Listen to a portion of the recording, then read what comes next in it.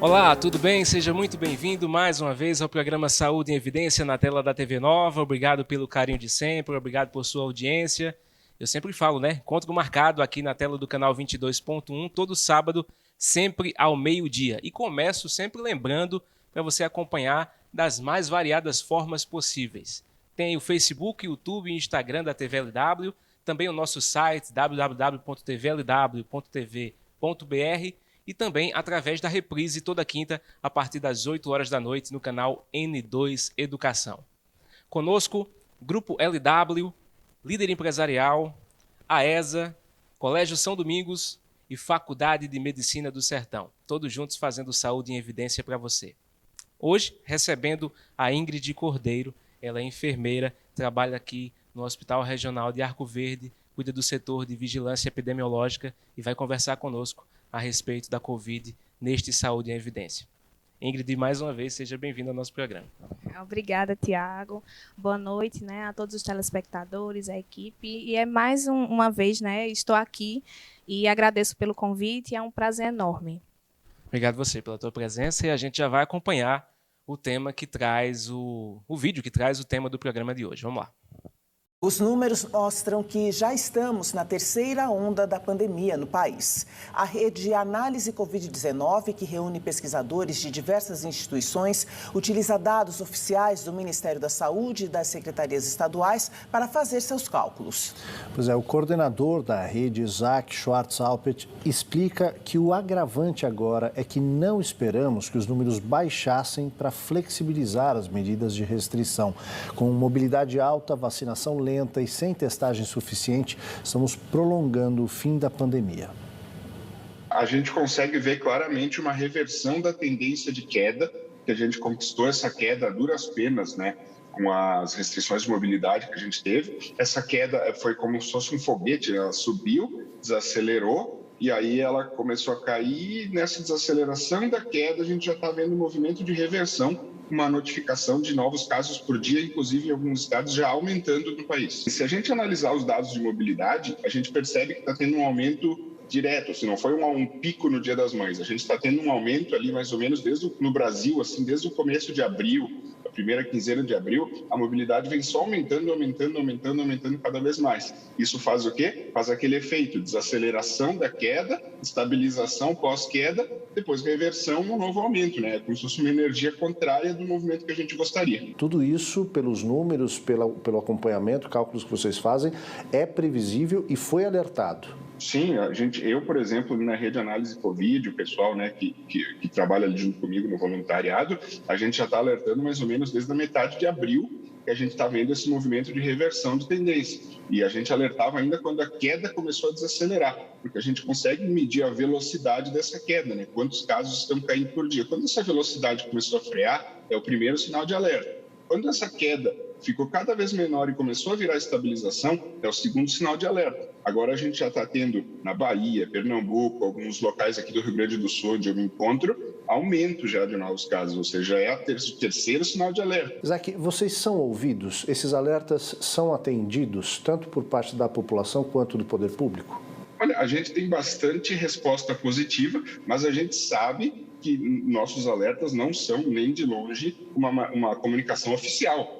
Se o governo, por exemplo, fizesse comunicações e alertas a nível nacional, a gente saberia que teria muito mais uso e muito mais fruto essa informação. Isso a gente sabe, mas mesmo assim a gente não pode deixar de dar os alertas e tentar avisar. Como vocês usam dados oficiais, esses dados estão disponíveis para todas as pessoas que estão debruçadas sobre este assunto. As políticas públicas adotadas têm levado em conta essas projeções? A gente nota que alguns locais levam em conta, alguns estados levam em conta, só que a gente percebe uma pressão contrária e muitas vezes a gente nota que o pessoal cede a essa pressão muito antes do tempo. O que aconteceu agora, por exemplo, a gente viu as restrições de mobilidade acontecerem, né, em vários estados com esse último pico, mas ao mesmo tempo, assim que a gente desacelerou o aumento, assim que a gente conseguiu chegar no pico e frear, a gente percebe que já houve liberações, já houve flexibilizações e a gente sabe que o que precisa acontecer. Esse número de novos casos, se a gente infelizmente deixou subir, a gente precisa deixar eles caírem lá embaixo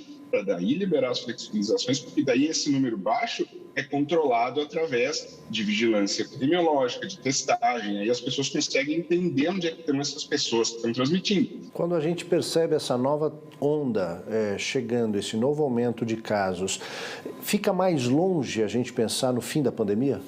Com certeza fica, porque o que a gente faz? A gente acaba botando pressão em todo o sistema. A gente tem uma cobertura vacinal muito baixa e a gente ainda pega esses poucos vacinados que a gente tem e, devido a colocá-los em um ambiente com muitos infectados, muito vírus, a gente ainda pressiona esses vacinados, né, mais do que precisaria. A gente teria que fazer aquela estratégia conjunta. A gente viu alguns países como Israel fazer, que restringe a mobilidade para ter uma redução da taxa de transmissão, baixar a transmissão e, ao mesmo tempo, acelerar demais a vacinação, fazer campanhas massivas de vacinação 24 horas por dia em todo o Brasil, em todos os locais possíveis, conseguir muitas vacinas para aplicar, para que daí consiga fazer essa troca. Baixa a taxa de transmissão, aumenta o número de imunizados. Como no Brasil a gente está com a imunização lenta por problemas de logística, de falta de vacina, e a gente está com a taxa de transmissão alta, isso com certeza alonga a duração da pandemia muito mais do que a gente gostaria que fosse. A cepa indiana,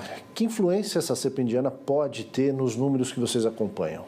Na verdade, assim, quando entra uma variante mais transmissível em um cenário de alta infecção, a única coisa que ela pode acontecer é agravar algo que já seria grave. Aqui no Brasil, a gente já tem um lastro, vamos dizer assim, muito pequeno entre a capacidade hospitalar e a quantidade de leitos e a quantidade de pacientes, né? Porque a gente não deixou baixar esse número. Esse número do último pico ele ainda está muito alto. Então, mesmo um aumento não tão forte, não tão exponencial, já vai machucar muito o sistema de saúde, já pode gerar um colapso. Se a gente bota uma variante mais transmissível e causa mais casos num curto espaço de tempo, a gente só colabora, entre aspas, né? A gente só piora a situação para esse aumento, porque ela vem a agregar. O que funciona para a variante B16172, que é essa originada na Índia, para Q1 originada ali em Manaus, o que funciona para ela funciona para qualquer variante do vírus, que é o distanciamento, né, o ar livre, a ventilação, máscaras bem vedadas, PFF2, isso funciona para qualquer uma. Então, o que a gente tem que fazer? Sempre tentar lembrar que a variante ela não chega a ser causa, ela chega a ser consequência. Ela é mais uma coisa que surgiu pelo excesso de transmissão. Bem, Ingrid, a gente viu essa reportagem que foi exibida aqui no Jornal da Tarde da TV Cultura, falando um pouco a respeito dessa questão da terceira onda que nós estamos enfrentando. Antes de comentar sobre esse assunto e sobre esse vídeo, eu queria que você falasse um pouco a respeito da tua função como coordenadora de vigilância epidemiológica no hospital. A gente viu que o entrevistado falou sobre isso, sobre a vigilância. Eu queria que você explicasse para quem está nos assistindo o que é a tua função e qual o papel que ela desempenha dentro do hospital. Bom, a gente costuma dizer que a vigilância epidemiológica são os olhos do hospital, né? Porque a gente diariamente a gente avalia os casos, né? E especificamente casos da Covid-19, desde o início da pandemia, que nós estivemos na linha de frente mesmo para identificar os casos que seriam os casos suspeitos de síndrome respiratória aguda grave e notificar eles ao Estado, né? Então, além disso, a gente é responsável pela questão do envio das amostras que são coletadas no hospital, a gente envia para o LACEN. Nós que temos acesso aos resultados, se for positivo ou negativo, e aí a gente entrega ao setor. Nós somos responsáveis pela investigação dos óbitos, né, dos casos de síndrome respiratória aguda grave, não só os que são de CIRAG, mas os que são confirmados COVID, ou que às vezes dá um resultado negativo, a gente também investiga, né, para saber se foi por algum outro tipo de vírus, ou se aquela coleta foi inoportuna, por isso que deu um resultado, um falso negativo. Então, a nossa função hoje, desde o início da pandemia, na verdade, é identificar e notificar esses casos. Para a gente falar em onda, né, da Covid-19, na verdade, esse termo ele é utilizado para a gente avaliar o comportamento dos casos de Covid, né, que são notificados, e para a gente ver se ele está, né, em ordem crescente, e aí se ele vai diminuindo, e realmente ele faz esse efeito de onda. Então, a gente teve um pico dessa doença, e aí diminuiu. Depois, a gente teve novamente uma segunda onda, e aí os casos diminuíram novamente. E, creio eu, né, pelo que a gente está vendo, inclusive viu agora nessa reportagem, nós estamos vivendo uma terceira onda, que o que nada mais seria do que aumenta o número de casos de notificações que são realizados pela vigilância epidemiológica, né, não só do hospital, mas dos municípios também. E a gente faz essas notificações, então aumenta o número de casos. E aí, como aumentou o número de casos, em consequência disso, os municípios, né, o Estado, começam a adotar medidas restritivas e aí começa a diminuir esse número de casos novamente. E aí, a tendência é que esse número fique estabilizado. Porém, com o surgimento de novos casos, com o aumento dos novos casos, então essa onda ela tende a subir novamente. E aí, infelizmente, nós estamos vivendo uma terceira onda que eu até avalio, né, diariamente, que, para mim, tem sido uma terceira onda mais perigosa, mais devastadora, porque a gente não está avaliando somente o número de casos que está aumentando, mas sim a gente está vendo que alguns sistemas de saúde estão entrando em colapso, que isso a gente não estava vendo tanto, em especial aqui em Pernambuco, no início da primeira e da segunda onda. Então, eu considero que essa terceira onda tem sido bem mais preocupante. Era o grande temor, né, Ingrid, no início da pandemia, com relação a esse colapso, se ele chegasse ou não, a estrutura dos hospitais, a estrutura dos leitos. Você tem observado isso diretamente, né? Eu queria que você falasse a respeito disso. Você está diretamente envolvida com esses dados e para que esses dados sejam acompanhados a nível municipal, estadual e nacional. E existe, claro, uma ansiedade muito grande por parte da população que acompanha, né, esses boletins que são divulgados diariamente com relação a casos confirmados, a óbitos. Como é que tem sido para vocês que trabalham diretamente com isso, dentro do hospital, que convivem não só com os dados, mas com os pacientes, com o físico lá no dia a dia? É bem interessante isso que tu falou, que realmente, desde o início da pandemia, que a população, acho que acompanha mais os boletins do que, de fato, as notícias. É tanto que, se algum município deixa de comunicar um boletim, o pessoal já cai nas redes sociais, né, já reclamam, e cadê, e não sei o quê, e tem alguma coisa errada, não estão vigiando. Né? Imediatamente, né? Estão mentindo, estão omitindo casos, ou quando os municípios, de imediato, colocam, sei lá, um aumento 3 vezes maior do que os dias anteriores, o pessoal já acha também que está mentindo, mas que, de fato, não é mentira. Os números de casos têm aumentado bastante. Em relação aos dados, eu tenho notado também um pouco como é que eu digo? Eu tenho notado um pouco de dificuldade na questão da comunicação. Por exemplo, muitas pessoas hoje têm um livre acesso a fazer um swab, né, às vezes em farmácias, em alguns laboratórios, e às vezes quando eles chegam no hospital, eles já chegam com um resultado positivo e a gente tem que ir atrás desse resultado positivo para que a gente possa notificar para o estado, para o município, que esse paciente já vem com laudo, né? Então, é importante que as pessoas que façam esses exames privados em farmácias, que a gente está vendo muito, que leve esse resultado desse exame quando for para o hospital, né, quando for internado, porque a gente precisa dele para que, de fato, a gente comprove que esse paciente está com a Covid-19. E, caso não leve, a gente precisa repetir o exame, né, com RT-PCR e envia. O que é que eu tenho notado? Além do número de casos confirmados, tem dias que eu abro o sistema, né, que é o GAL, e de 20 coletas que a gente fez, é assim, 19 positivos. E eu olho, meu Deus, porque a gente... nas 2 ondas anteriores, digamos assim, às vezes a gente pegava um negativo e aí imediatamente tirava o paciente do isolamento, procurava colocar ele em outro lugar para que evitasse com que ele se contaminasse. Mas hoje a maioria dos casos que a gente consegue, né, tanto coletar como que já chega para a gente, já são casos positivos.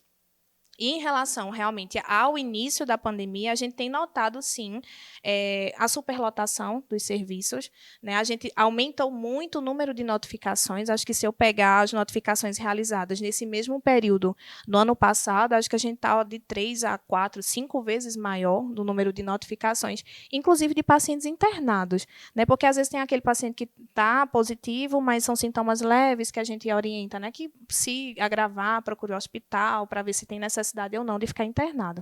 Então, a gente tem notado, sim, esse aumento, a gente tem notado a superlotação, a gente tem visto constantemente, né, a luta dos coordenadores do setor Covid, a luta do pessoal que é responsável pela regulação de leito, para a transferência desses pacientes que são considerados mais leves para leitos de retaguarda de município, para que fique realmente lá no Hospital Regional de Arco Verde os casos em que o paciente não necessariamente precise de UTI, mas que sejam pacientes que sejam um pouco mais graves, né, para que a gente possa transferir transferir pacientes, por exemplo, da Pedra, de Custódia, de Venturosa, para esses hospitais, de leitos de retaguarda, que hoje a maioria dos municípios ele tem hospital com leito de retaguarda, então a gente está vendo constantemente esse fluxo de pacientes sendo internos, sendo levados para esses leitos de retaguarda, e tem municípios que já passou muito tempo sem ter 1 ou 2 pacientes internos, e hoje a gente vê, por exemplo, o hospital de campanha daqui de Arco Verde com uma lotação, né, considerável. E por que é tão importante, Ingrid, esse número e esses dados? Você falou a respeito dessas pessoas que fazem particular, né? O exame particular, e, claro, são muitas pessoas que fazem isso. Por que é tão importante que esses dados entrem com relação ao acompanhamento da vigilância epidemiológica? Eu queria que você explicasse, porque é justamente isso que vai ajudar no desenvolvimento dos métodos e medidas adequadas, né? Perfeito. Esse dado ele é importante justamente porque, quando a gente observa o aumento do número de casos, é até importante eu te falar que, às vezes, a gente nota que está aumentando o número de casos em relação a outros períodos, mas a maioria das pessoas hoje estão sendo mais testadas, né? Então, se eu estou conseguindo testar mais, eu vou ter mais casos confirmados, né? Então, é importante que essa pessoa leve esse dado para a gente, para que a gente possa fazer essa notificação para o Estado, lembrando que os municípios que têm laboratórios particulares, que têm farmácias que realizam, eles também fazem um tipo de notificação. Mas, se esse paciente ele precisar ficar interno, o tipo de notificação já é outro. A gente já notifica ele como CIRAG, não necessariamente, né, como síndrome respiratória aguda grave, e não necessariamente somente com sintoma leve. Então, é importante que ele leve esses dados, principalmente também para evitar a subnotificação dos casos. Nosso primeiro intervalo, daqui a pouco a gente volta com Saúde e Evidência. Até já. Uma vida com propósito, um propósito de vida, de salvar vidas. Na Faculdade de Medicina do Sertão, você vivencia este sonho e o transforma em realidade. Você vivencia a interação entre a tecnologia e o ensino e a profissão médica desde o primeiro dia de aula. E ainda a trajetória de uma instituição de ensino superior forte na área de saúde. Vestibular Medicina 2021. Vivencie o seu sonho. Inscreva-se. medicinadosertão.com.br. Está na Líder PE a solução em assessoria e consultoria contábil, nos ramos público e privado. Também temos estrutura para o melhor suporte, focado principalmente nas eleições municipais de 2020. Líder PE, soluções para a sua empresa.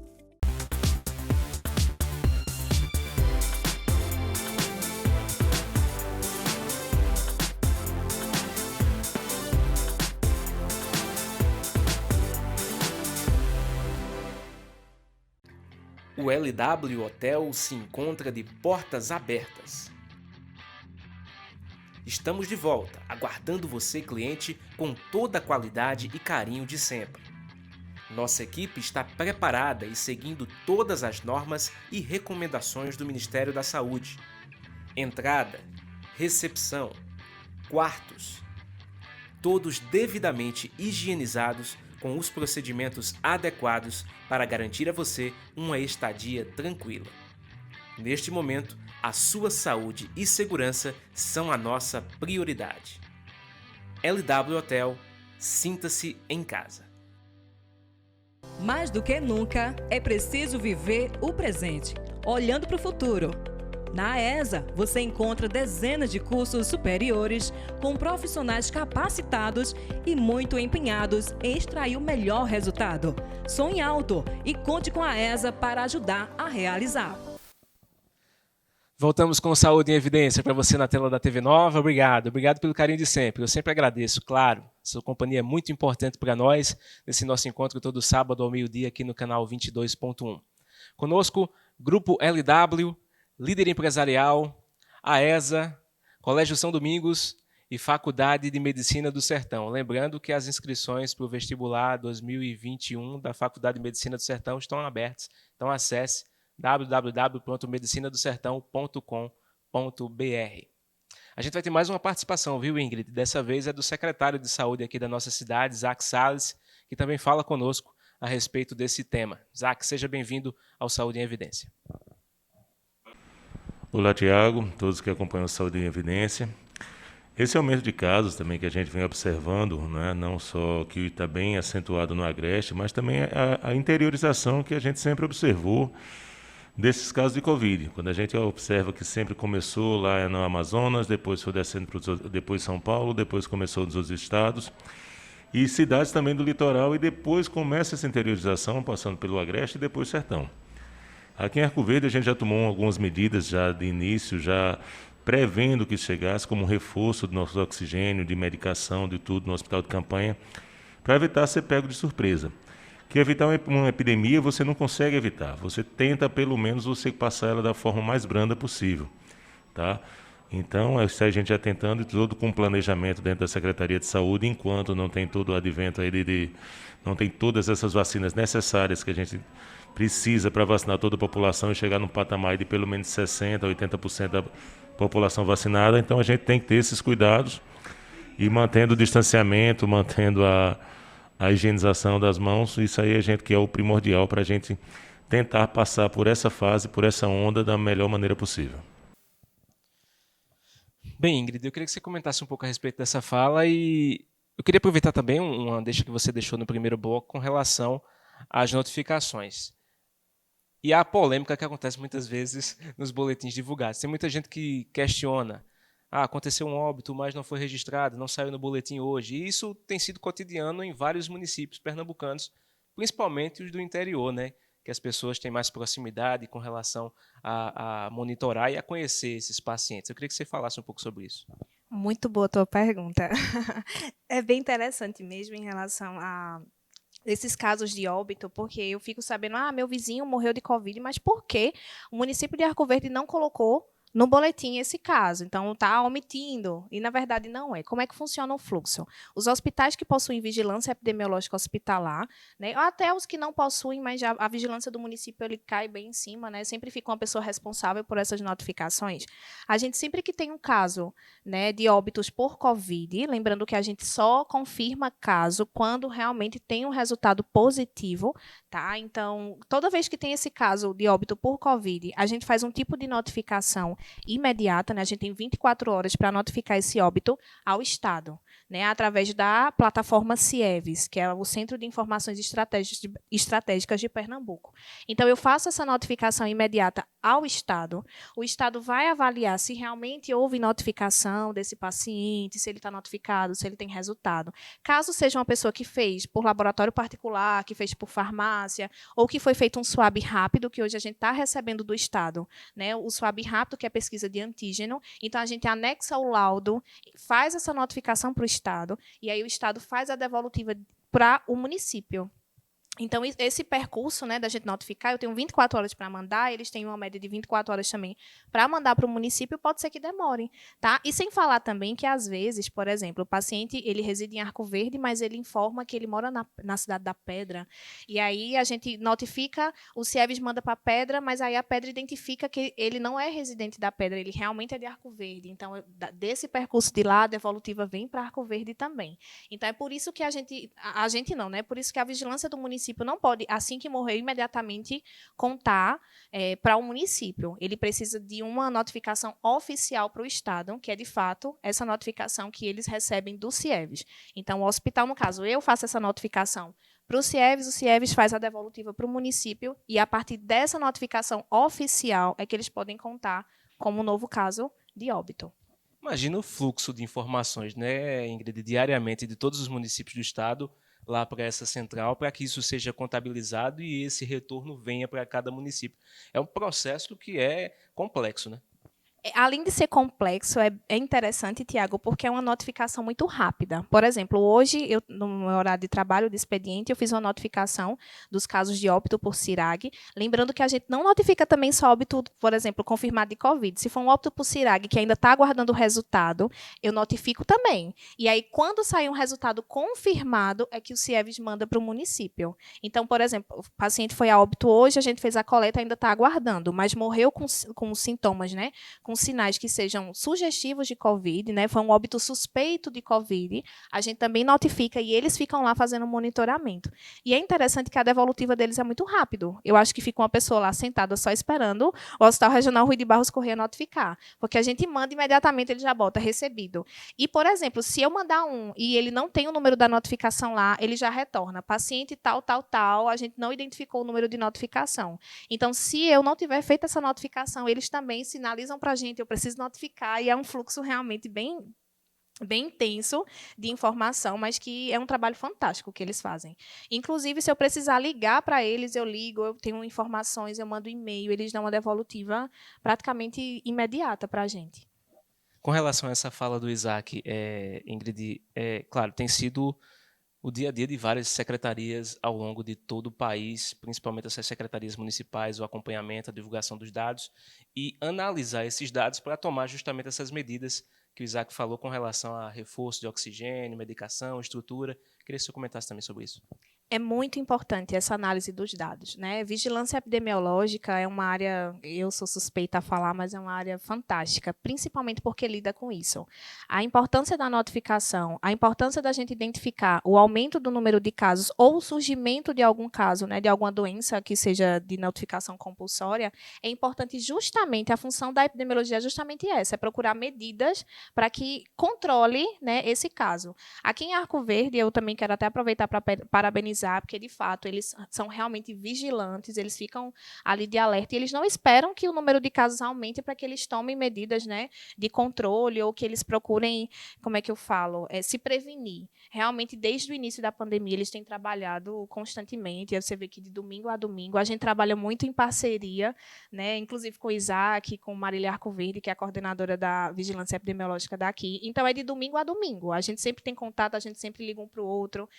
Como eu sou hospital referência, né, sou hospital regional que é daqui de Arco Verde, então a gente também informa o número de casos. Às vezes eu tenho, por exemplo, a gente teve 2 casos de óbitos por Covid em Arco Verde. Eu comunico para eles, porque eles precisam ter a questão do controle, né, de onde vai ser enterrado, qual é a funerária, se o sepultamento vai acontecer em qual é o tipo de cemitério que vai ser utilizado. Então, tudo isso a gente informa, mesmo que ele não conte no boletim, mas a vigilância epidemiológica está ali ligada, principalmente em questão também desse controle, né, de onde o corpo vai ser sepultado. Então, é muito importante, como a gente já, inclusive no primeiro bloco já falou sobre isso, que o aumento do número de notificações faz com que a gente crie medidas de controle para que esse número ele caia. E por isso que a gente chama, de fato, né, de onda. E Arco Verde está vivendo, sim, um pico, né, de número de notificações. E aí já vem também tentando medidas restritivas, que às vezes as pessoas não entendem, né? A gente vê muito, em especial redes sociais, as pessoas se colocam muito as opiniões pessoais, que às vezes eu fico doidinha para comentar, mas eu evito, né? Eu me controlo um pouquinho, porque assim, se eu pudesse, eu gritava para todo mundo: gente, é importante, tem que fazer mesmo, não é história de prefeito, não é história de ninguém, não, é importante fazer. Por quê? Observe que quando a gente tem um aumento do caso, que aumenta as medidas restritivas, o que é que acontece? Os números de casos tendem a diminuir.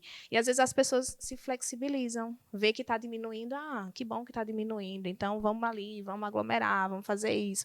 Ninguém está vendo, mas, na verdade, está vendo. E a gente tem um reflexo.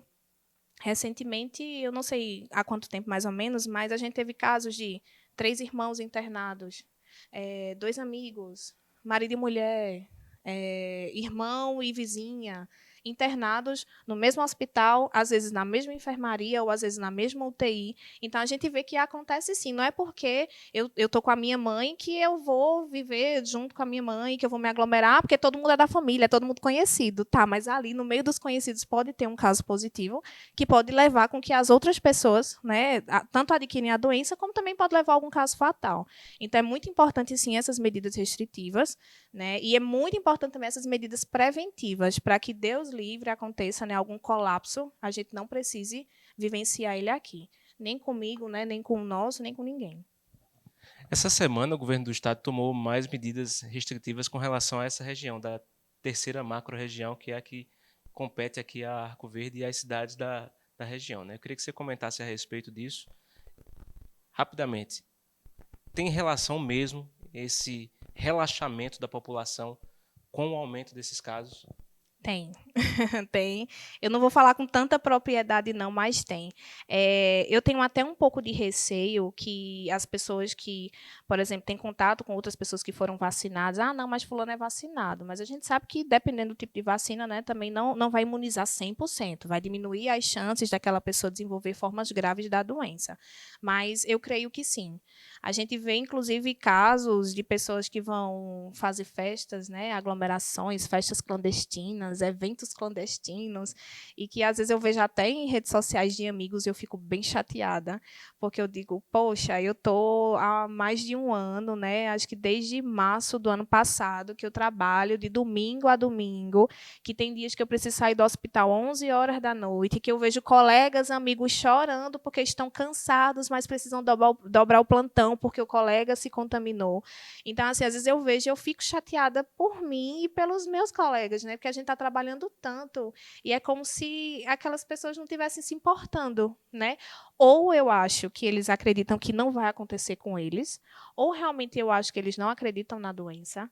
Eu não sei, mas eu relaciono, sim, esse aumento de casos a realmente o relaxamento da população. E aí, quando o município ou o Estado precisa tomar medidas mais restritivas, em especial esse tipo de grupo, né, esse tipo de pessoas, eles tendem a ser mais resistentes, porque eles acreditam que não funcionam. Eu já vi até pessoas que dizem, vai fechar tudo no sábado. Porque o vírus, ele entra de folga no sábado. Não. Na verdade, o vírus ele não entra de folga de sábado, ele está de domingo a domingo ali. Mas a partir do momento que eu diminuo a circulação de pessoas no sábado, eu vou estar diminuindo a transmissão, o contágio daquela doença. Então, acho que as pessoas precisam ver um pouquinho mais por esse lado. Mais um intervalo, daqui a pouco a gente volta com Saúde em Evidência. Até já. Uma vida com propósito, um propósito de vida, de salvar vidas. Na Faculdade de Medicina do Sertão, você vivencia este sonho e o transforma em realidade. Você vivencia a interação entre a tecnologia e o ensino e a profissão médica desde o primeiro dia de aula e ainda a trajetória de uma instituição de ensino superior forte na área de saúde. Vestibular Medicina 2021. Vivencie o seu sonho.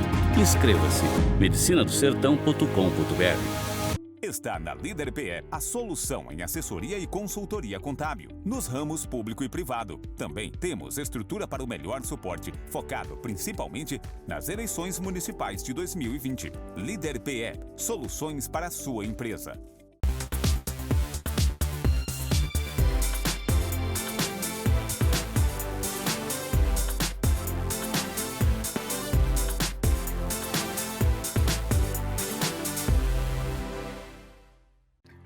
O LW Hotel se encontra de portas abertas.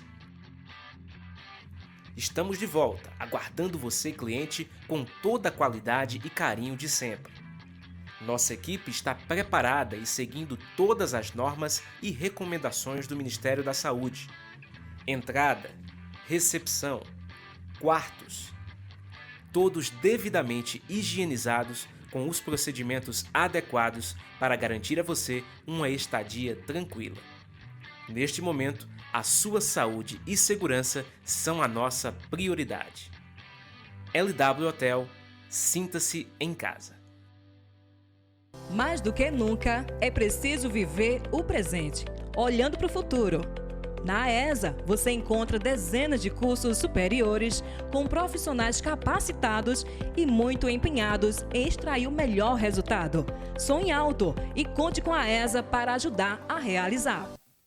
Voltamos com Saúde em Evidência para você na tela da TV Nova. Obrigado pelo carinho de sempre. Eu começo sempre lembrando cada bloco dos nossos apoios, né? Conosco, Grupo LW, Líder Empresarial, a ESA, Colégio São Domingos e Faculdade de Medicina do Sertão, todos juntos fazendo Saúde em Evidência para você. E lembro de você acompanhar nossas redes sociais, tá? Facebook, YouTube, Instagram e também acessar o nosso site www.tvlw.tv.br.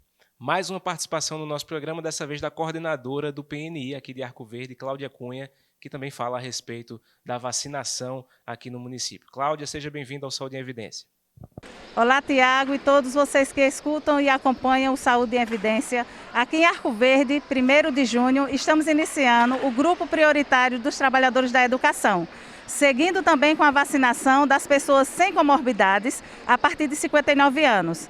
Estamos também trabalhando com a vacinação dos trabalhadores da área de saúde, de educação, pessoas de 18 a 59 anos com comorbidades.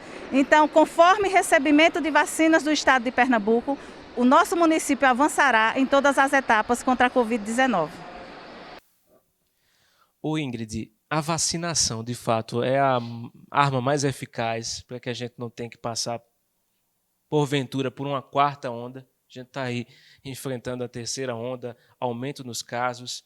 Você já foi vacinada? O que é que você tem a falar a respeito da vacina, com os dados que você acompanha, com relação também ao número de pessoas cada vez mais jovens sendo acometidas pela Covid e em situação grave, né? Queria que você falasse a respeito disso, da importância da vacina em todo esse contexto.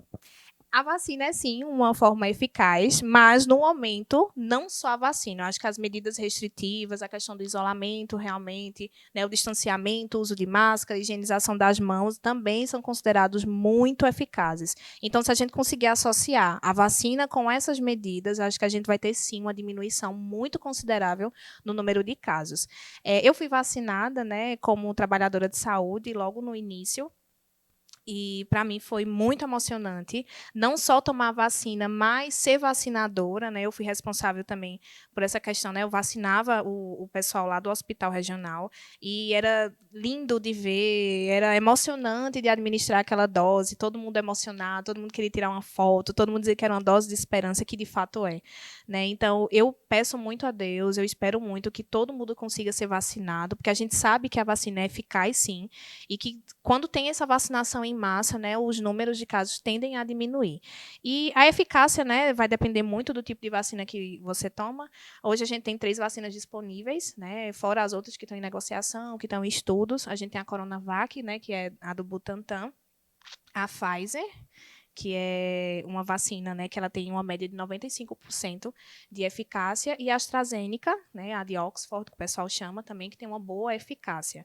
Então, atualmente, aqui em Arco Verde, tem disponibilizado tanto a Coronavac, como muitos já tomaram, a AstraZeneca, que é a que estão fazendo no pessoal, né, desses grupos prioritários, em exceção às gestantes e puérperas, que elas estão tomando a Pfizer, né, que tem uma eficácia melhor. Então, eu espero de verdade que todo mundo, muito em breve, seja vacinado, né? A gente já viu que Pernambuco autorizou a vacinação para pessoas, inclusive, sem comorbidades, a partir de 18 anos de idade.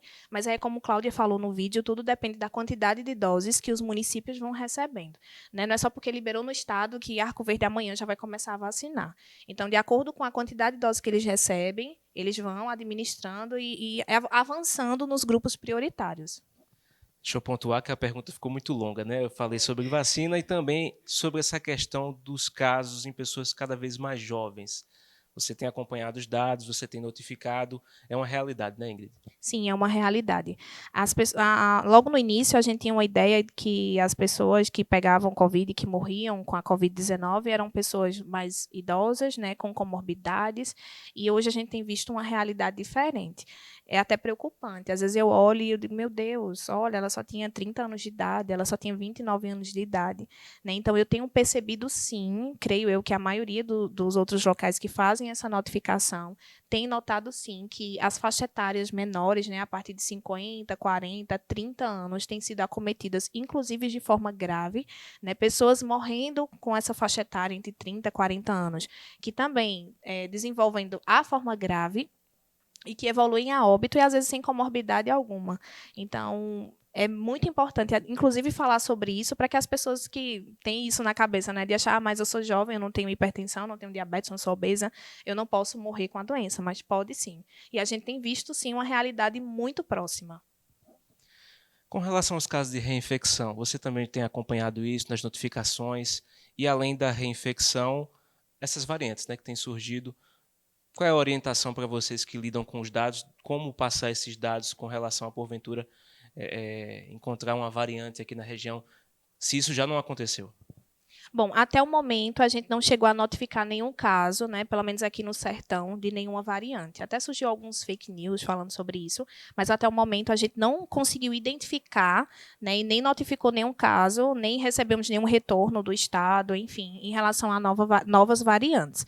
Mas é importante ficar em alerta, né? Hoje a gente tem uma variante, que é a variante indiana, que está circulando aí no Brasil, e que creio eu que vai circular de uma forma muito rápida, porque essa variante indiana ela tem um poder de transmissão muito grande em relação às outras variantes que já foram identificadas no Brasil.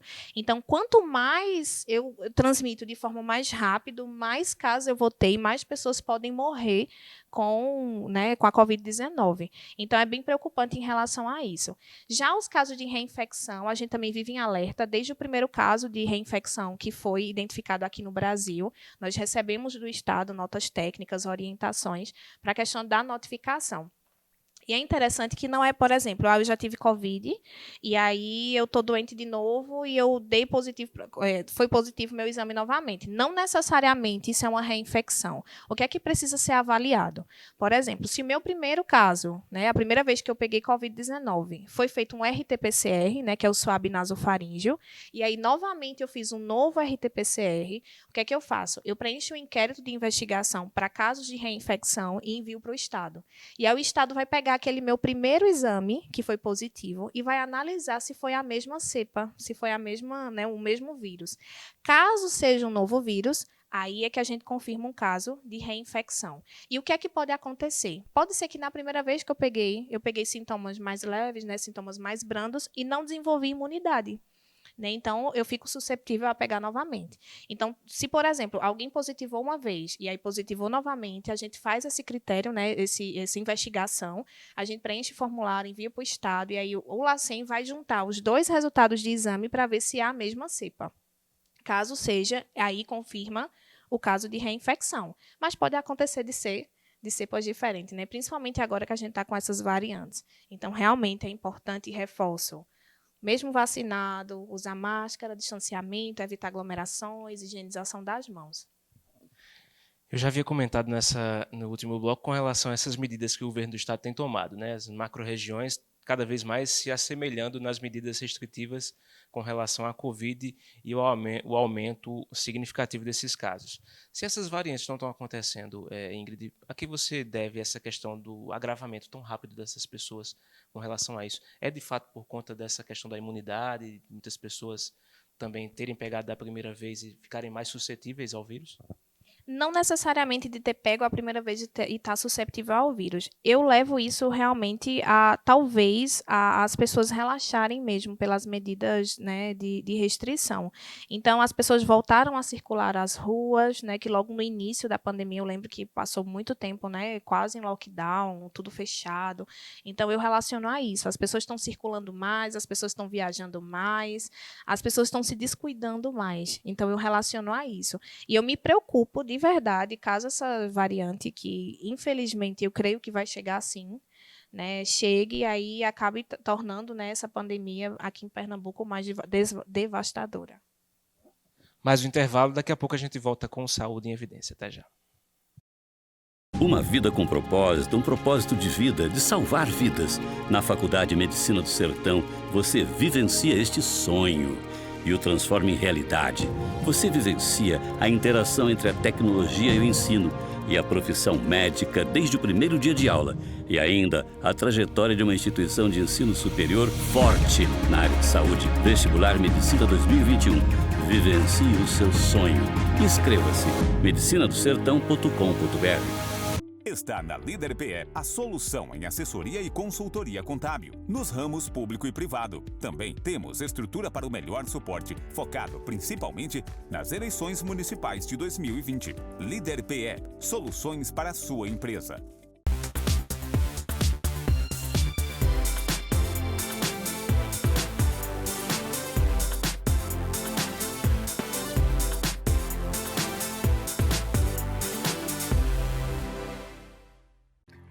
O LW Hotel se encontra de portas abertas. Estamos de volta, aguardando você, cliente, com toda a qualidade e carinho de sempre. Nossa equipe está preparada e seguindo todas as normas e recomendações do Ministério da Saúde. Entrada, recepção, quartos, todos devidamente higienizados com os procedimentos adequados para garantir a você uma estadia tranquila. Neste momento, a sua saúde e segurança são a nossa prioridade. LW Hotel, sinta-se em casa. Mais do que nunca, é preciso viver o presente, olhando para o futuro. Na ESA, você encontra dezenas de cursos superiores com profissionais capacitados e muito empenhados em extrair o melhor resultado. Sonhe alto e conte com a ESA para ajudar a realizar. Voltamos com Saúde em Evidência para você na tela da TV Nova. Obrigado pelo carinho de sempre. Todo sábado ao meio-dia, aqui no canal 22.1. Conosco, Grupo LW, Líder Empresarial, AESA, Colégio São Domingos e Faculdade de Medicina do Sertão. Fazendo juntos o Saúde em Evidência para você. Mais uma participação, dessa vez o Dr. Pedro Gabriel manda sua mensagem para nós e para o nosso telespectador. Dr. Pedro, seja bem-vindo ao nosso programa. Olá, Tiago. Olá, amigos da TV LW, da TV Nova Nordeste, afiliada da TV Cultura. Tiago, afunda-se nas raízes da história uma antiga noção sobre o que a gente entende por saúde. Data-se do século IV ou V a.C., quando viveu Hipócrates, numa ilha grega chamada Kos. Hipócrates, o primeiro médico de que se tem notícia, o primeiro médico humano, porque a mitologia dava conta do centauro Quiron e do Esculápio, né, que eram os patronos mitológicos do Hipócrates. Né? Então, dessa época data uma antiga noção, já superada, de saúde, quando ele propunha no seu Ars Medica que a saúde era o silêncio dos órgãos. Então, a saúde, na época, era entendida como a ausência de dor, a ausência de fraturas, de cólicas, de desconfortos. Hoje, desde que a Organização Mundial da Saúde passou a pensar de maneira mais humana a questão da saúde, especificamente da saúde mental, entende-se saúde como sendo algo muito mais próximo do equilíbrio das coisas, de uma espécie de estado mais pleno possível de nossas faculdades, algo que é muito próximo do que a gente poderia chamar de felicidade. Nesse sentido, a saúde, especificamente a saúde mental, tem o saber, o conhecimento como seu componente mais importante. Conhecer o seu corpo, conhecer a sua comunidade, conhecer o mal que eventualmente nos assola, como o coronavírus, é parte integrante, parte fundamental da construção do que o Nietzsche chamava de uma grande saúde. Nesse sentido, saúde em evidência cumpre um papel fundamental em levar notícias e informações qualificadas e científicas para a população do Estado e de todas as retransmissões, né, que tocam quase o país inteiro. Então, Tiago, é importante que a gente compreenda, tá, o que é que significa essa tal terceira onda do coronavírus. Os eventos naturais, eles acontecem em ondas, porque a vida ela se dá em zigue-zague. Nenhuma experiência vital, nenhuma experiência humana, ela acontece em linha reta. Tudo é sempre a partir de oscilações, de variações, como as nossas variações de felicidade, de humor, de conquistas na vida. A natureza também é assim. De modo que a incidência de um vírus ela não se instaura de maneira repentina. Ela é como uma grande tempestade que começa com uma pequena garoa e se intensifica. E também no seu recuo, esse recuo também é paulatino. Assim como nós lutamos pela vida, o vírus também luta pela sua persistência. Ele produz variações, ele produz diferenciações. A chamada variante indiana, que é a variante B617, ela é a quarta variante identificada pela Organização Mundial da Saúde e a terceira que não chega em território nacional. Já há alguns casos confirmados e ainda não se sabe com precisão como será a sua incidência. Entretanto, o que estudos apontam é que todas as vacinas que atualmente estão sendo ministradas, todas as vacinas elas são absolutamente eficazes contra todas as variações e que há uma tendência de que a sua incidência ela seja infensa, ela seja permeável, ela ceda diante do progresso da vacinação em massa. Entretanto, é preciso que a gente se ajude, é preciso que a gente redobre os nossos cuidados no uso de máscaras, na manutenção do distanciamento, na lavagem constante das mãos, porque a diminuição máxima da curva de contágio irá repercutir na curva de falecimentos. Então esperemos, não é, que essa tempestade volte a ser uma chuva e sequencialmente volte a ser uma garoa, e esperemos que isso passe como passaram todos os grandes desafios da humanidade. Não será esse que haverá de encerrar a nossa jornada sobre esse mundo. Tiago, é importante que aqueles que nos escutem entendam que nós não estamos vivendo nada de extra-humano, mas algo demasiadamente humano. A história da humanidade dá conta de grandes desafios, esse é mais um deles. O filósofo alemão Friedrich Hegel, ele diz que a felicidade escreveu as páginas em branco da história, de modo que esperemos que essas tormentas escrevam páginas sólidas para a construção de uma humanidade mais fraterna e melhor.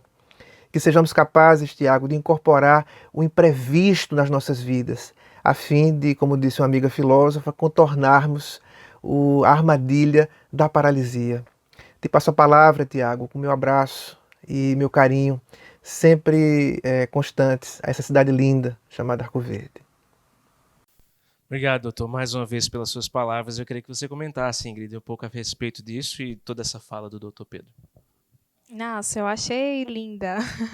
Eu fiquei aqui prestando atenção que realmente, desde muitos anos, né, desde, enfim, dos primórdios da humanidade, que a gente já passa por processo, né, saúde e doença, passa por processo de adoecimento, e é interessante que por muitos anos as pessoas acreditavam que as doenças elas eram provocadas por castigos, né, de deuses, ou porque aquela pessoa ela tinha feito algum pecado, né, tinha cometido algum pecado, e aí estava sendo castigada.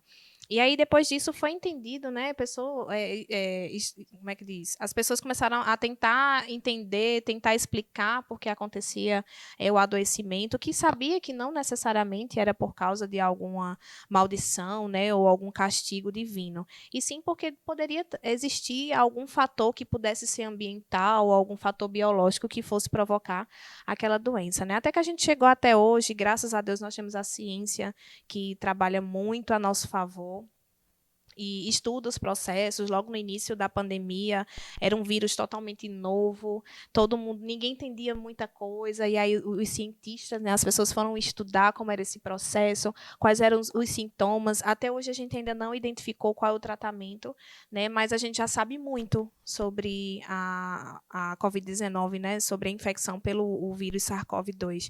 E, além disso, também os cientistas vivem estudando constantemente sobre as variantes, sobre o que elas podem provocar, sobre a eficácia da vacina, sobre formas de como é feita aquela vacina, sobre qual vacina vai ser mais eficaz para a população, vai provocar menos efeitos colaterais. Então, realmente é fantástico. Quando você vai avaliar, né, logo da história, logo do início até hoje, a gente vê como a gente evoluiu e como a gente continua evoluindo. E realmente é muito importante, nós não sabemos quando é que essa tempestade vai passar, quando é que essa onda vai deixar, de fato, de ser praia, né, para estar lá chegando onda direto. Então, a gente não sabe até quando isso vai. Então, é realmente uma questão de responsabilidade social, a autorresponsabilidade também de eu entender como é que esse vírus ele se propaga, ele é transmitido, eu saber como é que eu posso colaborar, como é que eu posso fazer para prevenir, né? A vacina ela é eficaz, sim, eu desejo que todo mundo seja vacinado, mas não é só isso, né? Até que todo mundo chegue a ser vacinado, acho que a gente precisa realmente ter responsabilidade. Eu já sei como é que eu consigo prevenir, então eu realmente tentar prevenir para evitar com que esse vírus, né, principalmente essas variantes, elas sejam multiplicadas, né, porque, consequentemente, quanto mais número de casos de notificações eu tenho, consequentemente, eu vou ter também mais número de óbitos. Você lida diretamente com dados, com cálculos, com números. Com relação às UTIs, a gente está vendo uma fila gigantesca aí, Ingrid, de várias pessoas aguardando por um leito de UTI no estado. Queria que você falasse também a respeito disso e a tua ligação, questão da vigilância, com a ajuda desses dados com relação a adquirir mais UTIs, mais leitos nos hospitais. Sim, sim. Quanto mais eu notifico o número de pessoas, né, de casos de pessoas que estão em leitos de UTI, que inclusive isso é um dos parâmetros que a gente notifica, isso é um dos parâmetros que a gente pede urgência em resultados de exame, por exemplo, paciente que está em UTI, ele é preferência para que esse resultado seja liberado. Então, é importante esse número de dados, como você falou, né, para conseguir adquirir mais UTIs, né, mais ventiladores mecânicos, mais equipe, mais medicamentos, e realmente eu tenho notado, em especial nos 2 últimos meses, entre abril e maio, que a taxa de ocupação dos leitos de UTI eles têm sido bem elevados, né? E principalmente aqui no hospital regional, porque é a minha realidade próxima, eu estou ali dentro, e aí eu tenho visto que, às vezes, por exemplo, surge uma vaga, mas já tem um pessoal ali aguardando, né? E aí surge 2 vagas, e aí já tem tantas pessoas aguardando, então, realmente, tem as ocupações das UTIs, não só aqui em Arco Verde, né, mas outros hospitais aqui em Pernambuco vivem com uma superlotação, né, ou com uma lotação, né, de 100%, que, às vezes, quando surge uma vaga, já tem muita gente aguardando. E a gente viu, né, que em Pernambuco, mês passado, ele vivenciou, pela primeira vez, o primeiro pico de fila de espera, né, com mais de 300 pessoas aguardando leitos de UTI. Isso é muito preocupante. Né? Às vezes, até recentemente eu estava conversando com as amigas no trabalho, eu disse, minha gente, eu acho que eu estou querendo pirar um pouco, porque eu parei para pensar um pouquinho, não só como enfermeira, coordenadora de epidemiologia, mas eu pensei como Ingrid mãe, Ingrid filha, né, que tem família, e eu parei e pensei, gente, pera, se alguém da minha família precisar, não tem onde colocar, para onde é que vai? Então, eu acho que as pessoas precisam pensar nisso também. Porque enquanto eu estiver vendo na televisão, enquanto eu estiver assistindo o Saúde e Evidência e saber que os 20 leitos de UTI de Arco Verde estão lotados, enquanto não é o meu, acho que as pessoas veem somente como números. Mas esses números, eles têm nome. Né? E esses números, eles são eles que fazem com que as medidas restritivas aconteçam. São eles que fazem com que as pessoas morram, né? Digamos assim. Porque quanto mais aumenta o número de casos, mais casos de óbito a gente está vendo. Então, de verdade, recentemente eu fiquei pensando e eu meio que a cabeça quis pirar um pouco. Tem até esse vídeo que a gente acabou de assistir, acho que a saúde mental também é muito importante. E aí as pessoas se responsabilizar mesmo, a entender que se por algum momento eu precisar de um leito de UTI, eu não tenho para onde ir. Não é porque eu trabalho no hospital regional que vão conseguir um leito para mim, não. Não tem como. Né? Então, acho que realmente é se responsabilizar e entender que essa superlotação ela é real. Claro, tem a tristeza com a notificação desses casos, dos óbitos, mas também tem a alegria com as altas. Né? Eu queria que você falasse sobre isso também, com o número de recuperados e do teu papel, do teu trabalho com relação a isso. É muito bacana. Eu recebo semanalmente planilhas que a gente vai evoluindo os casos de pacientes internos para o Estado. Então, toda quinta-feira eu faço essa evolução e aí eu coloco quando o paciente tem alta, a data da alta, né? Ou quando o paciente estava em UTI, que eu coloco ele numa enfermaria, dá uma coisinha boa no coração, sabe? Em especial, eu quero até parabenizar a equipe, né? As equipes de saúde dos hospitais, em especial aqui do Hospital Regional de Arco Verde, porque é muito interessante. Quando um paciente, por exemplo, passa muito tempo na UTI, ou às vezes nem tanto, mas quando o paciente tem alta, a equipe vibra de um jeito que parece que é alguém da família deles. Eles ficam super felizes. E às vezes eles colocam, né? O paciente fulano e tal teve alta, então, ai, que coisa boa, e bate palma e faz festa, porque realmente, às vezes a gente fica tão triste, a gente vê tanto, já cansei de ver pessoas, né, colegas que saem chorando, ou colegas que saem cansados. Ingrid, hoje tiveram tantos óbitos, e isso é tão pesado, mas ao mesmo tempo é tão feliz quando a gente consegue, né, recuperar aquela pessoa. E quer ver maravilhoso é quando as pessoas agradecem, ficam felizes e agradecem a equipe, né? Enfim, realmente é muito gratificante. Uma última pergunta para a gente encerrar o programa, Ingrid, eu queria que usasse também como uma mensagem, claro. Você está lá no dia a dia do hospital, acompanhando, anotando, gerando dados, números, mas para quem está na rua, essa mensagem tua diretamente para que essas pessoas se conscientizem de fato que esses números são pessoas. A mensagem é que realmente acreditem, porque eu acho que quando você acredita que os dados são reais, quando você acredita que as pessoas morrem com a doença, quando você acredita que os leitos estão ocupados, que não tem vaga, eu acho que você se responsabiliza. Então, realmente acreditar que essa doença é real, que a gente está vivendo essa pandemia, que ainda não é o momento, infelizmente, não é o momento da gente relaxar, né? Realmente reforçar as medidas de restrição, reforçar o uso de máscara, higienização das mãos, evitar aglomerações, né? Porque os dados, né, são reais. Eu estou falando como Ingrid, enfermeira, mas também estou falando como Ingrid, que é mãe, como eu já falei, né?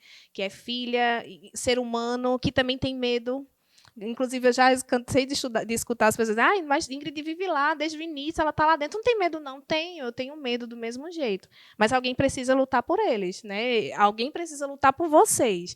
Então, é realmente valorizar o trabalho do profissional de enfermagem, profissional de fisioterapia, médico, realmente valorizar o profissional de saúde, porque a gente está lá por vocês. E, às vezes, dói no nosso coração quando a gente vê que a gente está lutando tanto, que a gente está trabalhando tanto e as pessoas não estão, de fato, acreditando nessa doença.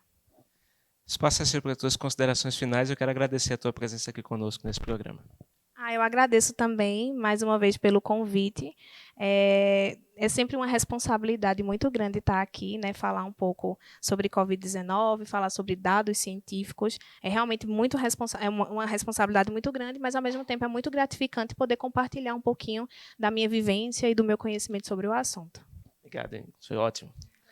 Quero agradecer você e lembrar que toda essa nossa conversa aqui foi seguindo as recomendações de distanciamento e higienização dos microfones, e a gente ficou sem máscaras por conta do áudio, para ficar com mais qualidade, mas toda a nossa equipe está aqui nos bastidores usando máscaras. Agradecer a nossa equipe, o Arney Silva nas câmeras, na técnicas, Ilma Leite, na direção-geral, Lídio Maciel. Para você, um excelente restante de semana, até a próxima, se Deus assim nos permitir. Tchau, tchau.